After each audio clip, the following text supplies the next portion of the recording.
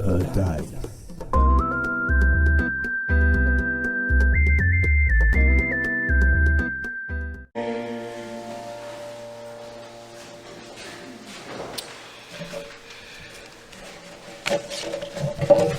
Yna rhywbeth symud ymlaen yn yr emyn yna, does? Dewch i ni addoli Duw fwy a mwy.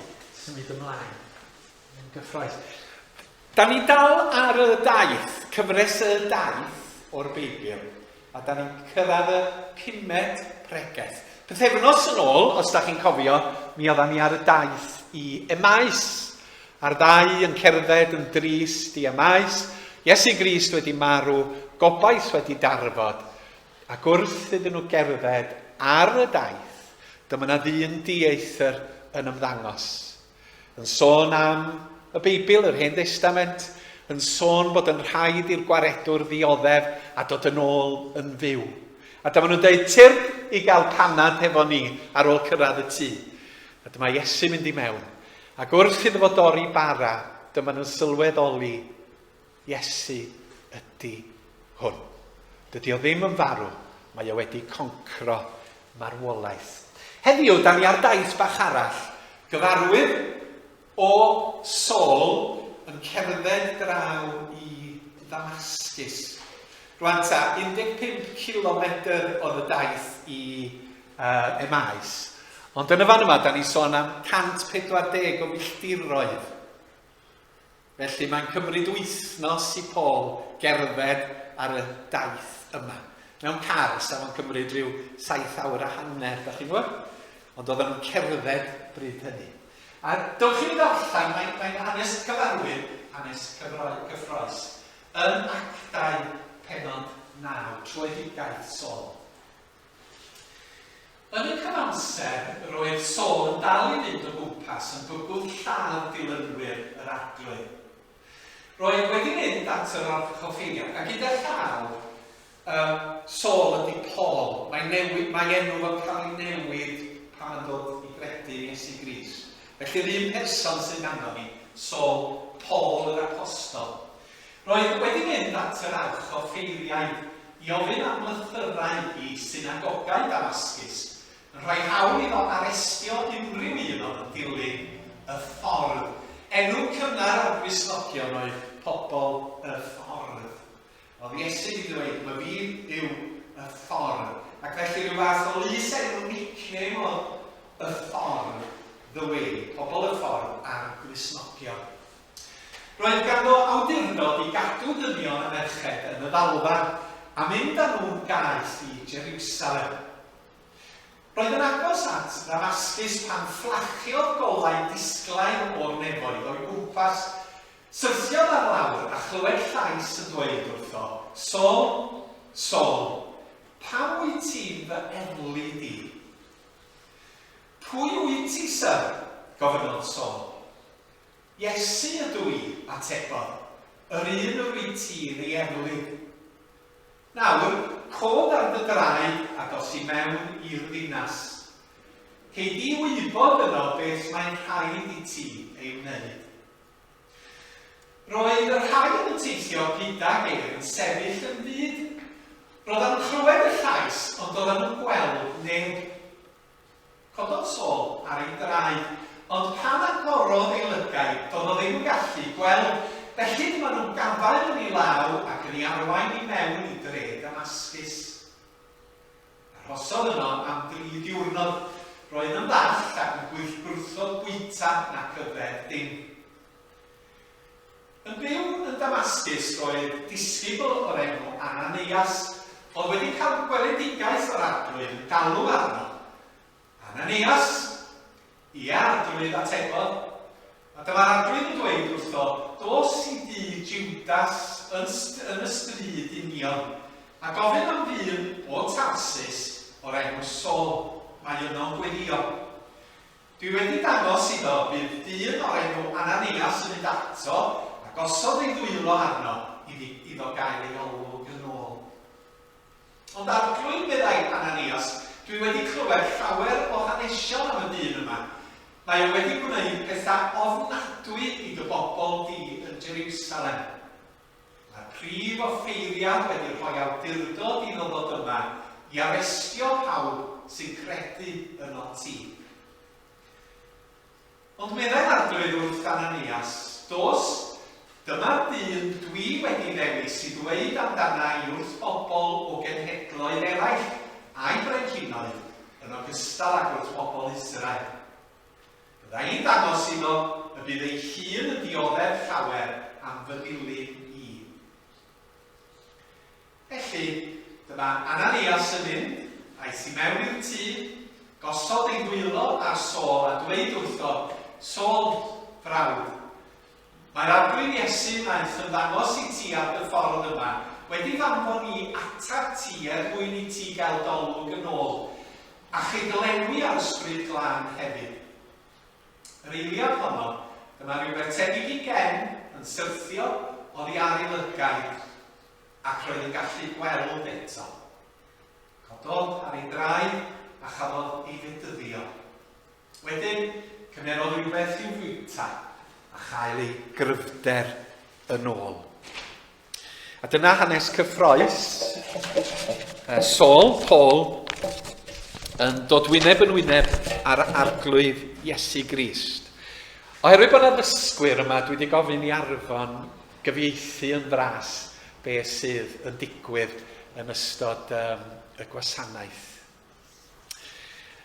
Oeddan ni'n edrych ar y ffordd i ymais a'r daith i fanno, taith wahanol. Ond eto ar y daith, mae yna rhywbeth yn digwydd i'r person. Dydy o ddim yr un fath ar ddiwedd y daith ac oedd o ar dechrau'r daith.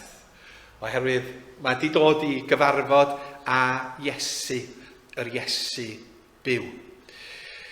A mae hon yn digwydd yn nyddiau yr eglwys fore, pan oedd yr eglwys yn hedyn bach yn fel y bloda da ni'n mynd i dyfu yn ystod y misoedd nesaf. A mae'r egin yn tyfu, a mae'n ehangu, a mae mwy a mwy o bobl yn dod i gredu yn yr arglwydd Iesu Grist. A mae'r nifer yn cynyddu. Ond mae'r awdurdoda'n dychryn oherwydd yr hyn sydd yn digwydd. Ac yn arbennig arweinwyr yr Iddewon. Oedden nhw'n meddwl na croesoelio Iesu Grist fydda diwad y sôn yma am Iesu. Oedden nhw'n meddwl, da ni wedi gorffan efo'r rebal yna. Ond nid felly oedd hi o gwbl fel da ni'n gwybod. Oherwydd yr hanes rhyfeddol fod Iesu Grist wedi dod yn ôl yn fyw. A dyma nhw'n cael panig smwy rwan. Oherwydd oedden nhw eisiau cadw at burdeb yr grefydd Iddewig. Oedden nhw eisiau bod yn ffyddlon i'r Hen Testament. A dyma Saul yn ymddangos fel gŵr ifanc, oedd o chydig bach yn iau na Iesu Grist, meddwl nhw. Dyn addysgedig iawn, wedi cael yr addysg ora, yn dod o dref Tarsus, ac mi oedd Tarsus yn cael ei ystyried yn le arbennig i gael addysg pellach. Dyma pan bod Paul yn gallu sgwennu mor ardderchog mewn Groeg, oedd yn ail iaith iddo fo. Hefyd, da ni'n gwybod i fod o'n siarad Hebraeg ac Aramaeg. Ac wrth draed profesor, yr athro Gamaliel, dyma fo'n cael addysg arbennig. Ac am gyfnod, mi fuodd o fwy na thebyg yn Jerusalem, lle oedd yr athro Gamaliel yn dysgu i gael hyfforddiant pellach ynglŷn â chynnwys yr Hen Testament, ynglŷn â cyfreithiau a thraddodiadau ac arferion yr Iddewon, fel i fod o yn gallu addysgu pobl eraill y nes ymlaen. Mae yna duedd yn y ffydd Gristnogol bob amser i darfu awdurdod. Yn aml iawn, lle mae Cristnogaeth yn mynd ar gyfeilion ar goll ydy pan mae'n dod yn ran o'r sefydliad, pan mae'n dod yn ran o'r awdurdod. Fel da ni wedi gweld yn hanes Cristnogaeth dros y milenia. Pan mae Cristnogaeth yn dod i awdurdod ac yn cymysgu ffydd yn yr arglwydd Iesu, hefo grym a phwer a chyfoeth. Mae wedi digwydd yn yr Eglwys Gatholig yndo. Mae o wedi digwydd o fewn i Brotestaniaeth a Cristnogion yn ymladd yn erbyn i gilydd oherwydd yr egwyddorion oedden nhw'n credu oedd yn bwysig yn groes i ddysgeidiaeth yr arglwydd Iesu Grist. Da ni weld o heddiw hefo Putin a'r Russian Orthodox Church, yr eglwys Uniongre Rufeinig. A mae'r esgob neu'r archesgob yn ymddangos yn dydy yn ei lifrau ochr yn ochr ar grym Putin ac yn rhoi fendith ar yr hyn mae o'n ei wneud. Pa mae Cristnogaeth yn cymysgu hefo'r status quo, hefo'r grym, yn aml iawn mae o'n colli i ffordd. Yn y fan yma hefo Saul, mae o yn cymryd y gwaith o gau cega y Cristnogion yma i stopio twf yr eglwysi Cristnogol drwy erlyd ac arestio Dal Cosby a lladd Cristnogion oedd yn gwneud hynny. Ac oedd yn gwneud hynny hefo cydwybod lan oherwydd i fod o'n credu i fod o'n gwneud gwaith Duw. Ac mae yna wers y fanna weithiau, does? Bod pobl grefyddol yn credu bod nhw'n gwneud gwaith Duw. Ond tydyn nhw ddim. Maen nhw'n tanseilio y ffydd Cristnogol. Y gymysgfa yma ynde, rhwng ffydd Cristnogaeth, grym awdurdod a cyfoeth. A mae hynny yn llygru Cristnogion yn aml iawn. Oedd Saul o deulu, maen nhw'n meddwl, oedd yn reit gyfoethog, cael yr addysg da yma, ac wrth gwrs oedd o'n ddinesydd Rhufeinig. A dim ond pobl freintiedig oedd yn cael y fraint o fod yn ddinasyddion Rhufeinig, na iddew oedd o. Ond wrth gwrs fe ddefnyddio Duw hyn nes ymlaen yn do, oherwydd i fod o'n cael ei ystyried yn Rhufeiniwr. Oedd o'n atebol wedyn i Cesar.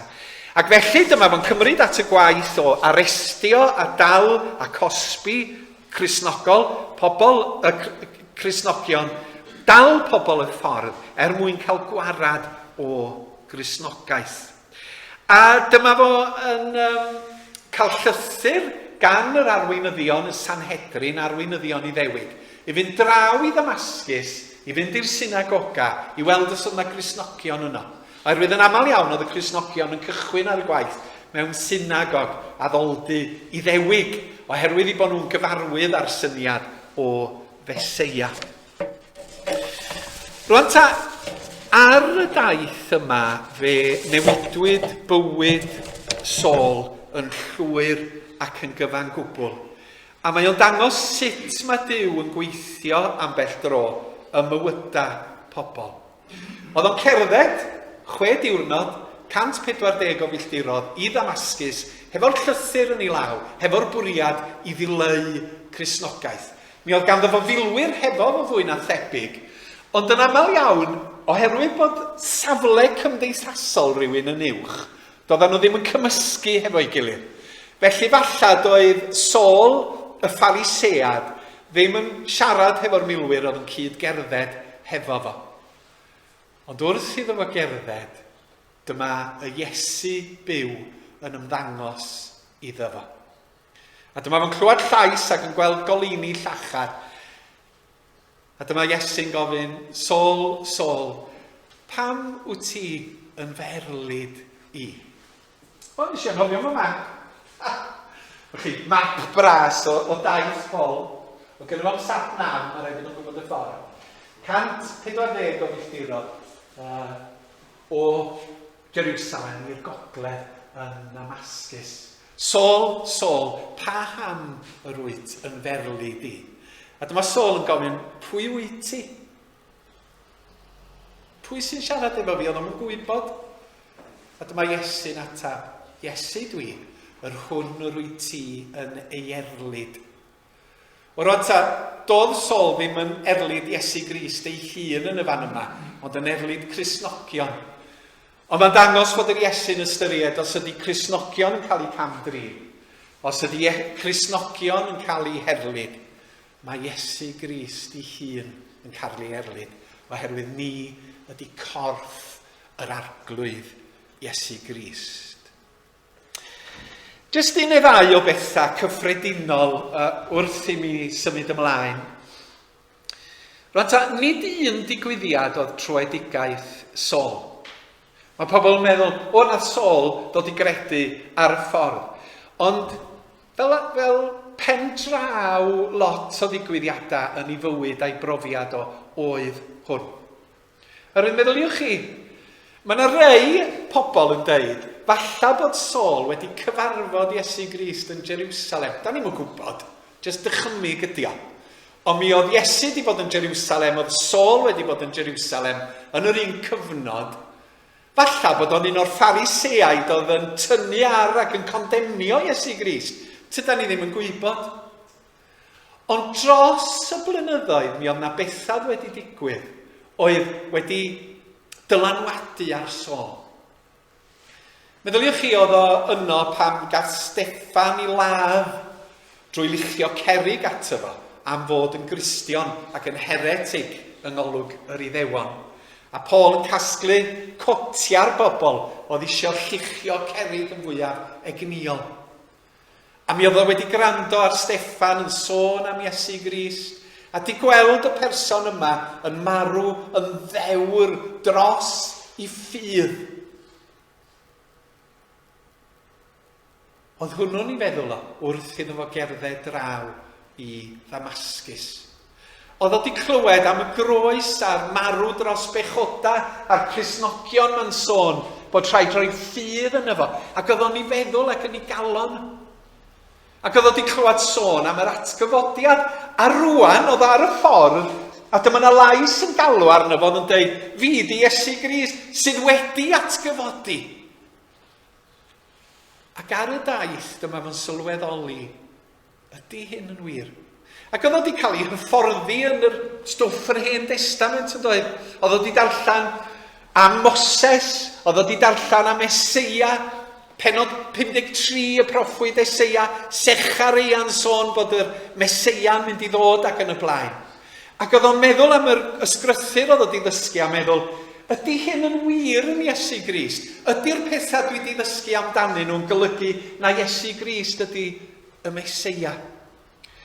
Ac felly dyma fo'n dod at ei gilydd, a dyma Duw yn siarad hefo fo trwy'r Iesu, a dyma fo'n dod i dderbyn na Iesu oedd y Meseia. Rwan ta, fel hyn mae Duw yn gweithio yn bywydau ni'n aml iawn. Fel hyn mae di gweithio yn y mywyd i, drwy ddigwyddiadau yn y gorffennol, drwy bethau dwi wedi ddysgu yn y gorffennol, sydd wedi'n arwain i ddeud, ia, Iesu ydy'r arglwydd, Iesu ydy'r brenin, Iesu ydy'r gwaredwr. Ar y daith, da ni'n meddwl am y pethau yma ac yn sylweddoli, bobl bach mae hyn yn wir. Dwi ddim yn gwybod beth eich profiad chi. Da chi bod, chydig o bobl sydd yn cael yr un profiad yn union a Paul. Mae Duw yn defnyddio hyn am bell dro, lle mae pobl yn gallu dweud, fanna nes i gredu.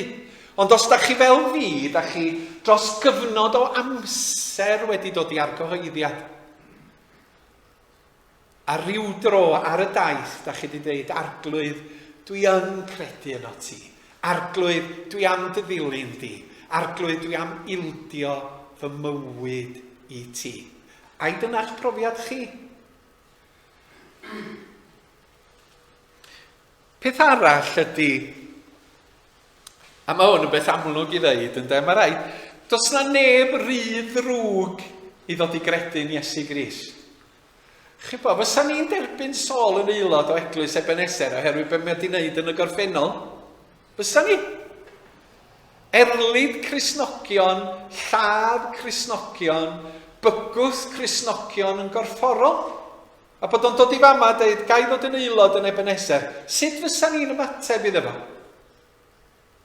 Ond mae'r efengil yn efengil sydd yn gallu derbyn y bobl fwyaf anhebygol.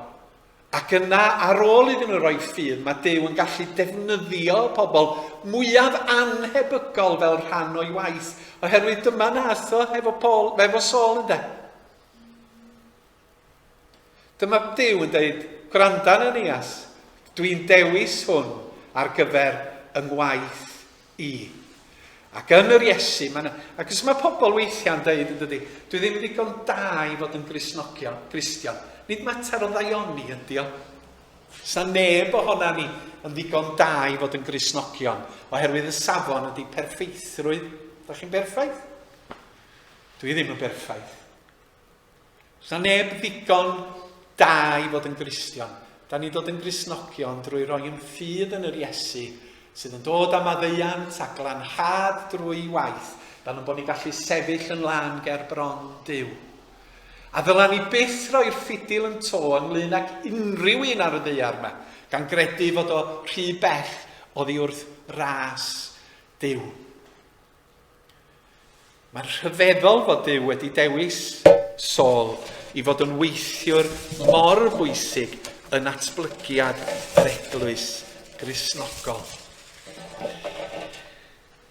Ac yna'i gloi, mae Duw yn cyflawni waith, beth bynnag sydd yn digwydd, yn ôl i gynllun ei hun.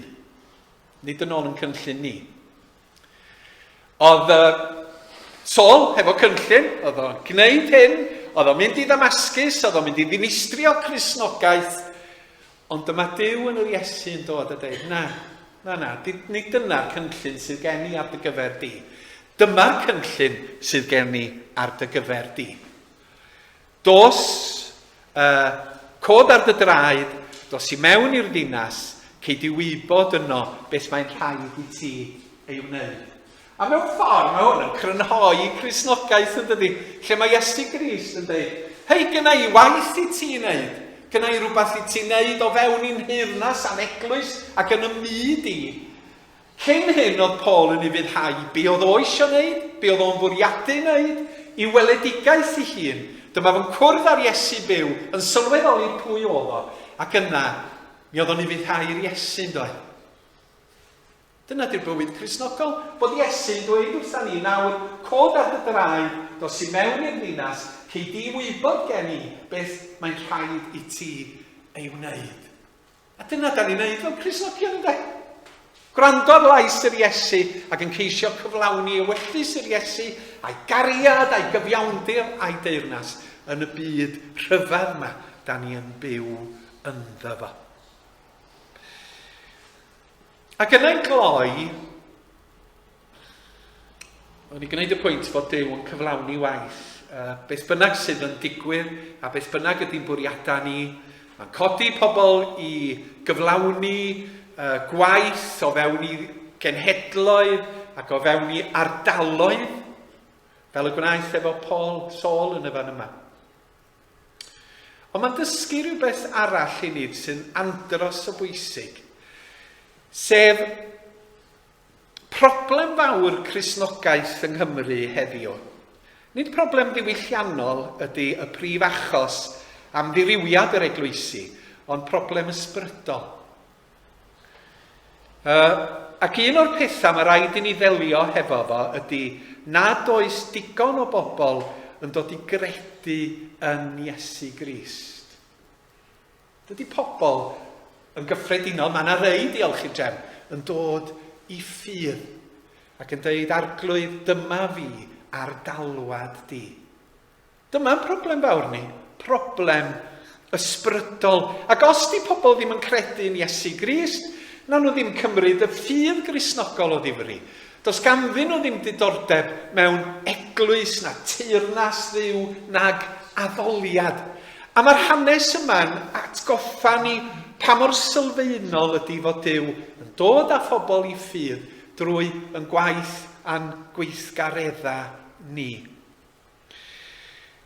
Yn y bôn, nid ffurf addoliad, nid yn ffordd ni o siarad, nid yn geirfa ni, nid yn hadeiladau ni ydy'r broblem fwyaf, ond nad yda ni yn gwneud yn gwaith o ymestyn allan tuag at bobl sydd ddim yn credu unrhyw beth yng Nghymru yn 2022. A mae rhaid ni wynebu hynny, a mae rhaid ni geisio gwneud rhywbeth ynglyn â hynny, fel Cristnogion a Christnogion Cymraeg yn arbennig.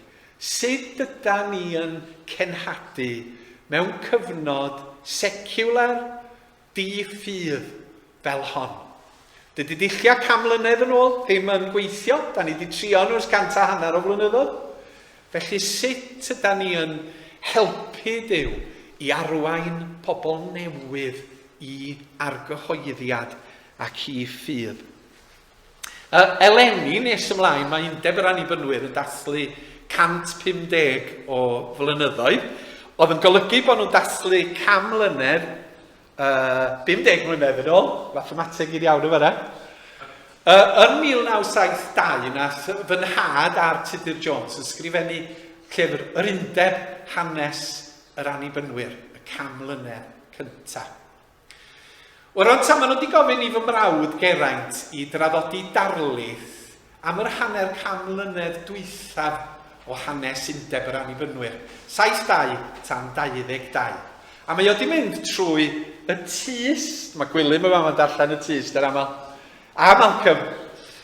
A mae o wedi mynd trwy bob rhifin ers 1972. A fydd o'n traddodi'r darlith 3 chwarter awr, dwi'n gwybod sut mae'n mynd i wneud o. A mae o'n deud, oedd o'n deitha fi, ti'n gwybod yr pennawd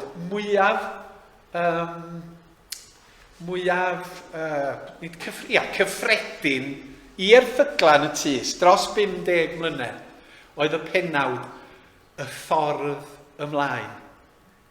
Drosodd a drosodd mae pobl yn sgwennu erthygla am hanner 100 mlynedd Y Ffordd Ymlaen. A mae'n deud, o edrych arnyn nhw, maen nhw'n sôn am ffordd ymlaen, ond does na ddim byd yn digwydd byth. Dyma'r ffordd ymlaen, dacwr ffordd ymlaen. Mae rhaid i ni sylweddoli pa mor bwysig ydy cenhadu yn cyfnod ni, a cheisio cymell a gwahodd ac annog pobl yn gynnes i gredu yn Iesu Grist. I gredu, oherwydd dydy pobl ddim. Nid rhywbeth automatig ydi o, nid magic ydi o.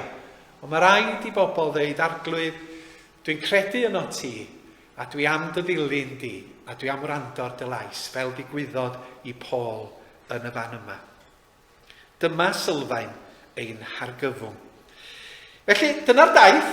Darllenwch y stori o Actau 9 ar ôl mynd gartre i weld ti gyd ac i fyfyrio arni eto. Ond ar y daith, mae Saul yn cael ei newid. Da chi ar daith, sut mae Duw yn eich newid chi? Be mae'r Iesu'n dweud wrtha chi drwy rhywbeth fel hyn ar eich taith? Oherwydd mae Duw yn y newid ni o deithio gydag ef. Mwyn i enw. Amen. Y Daith.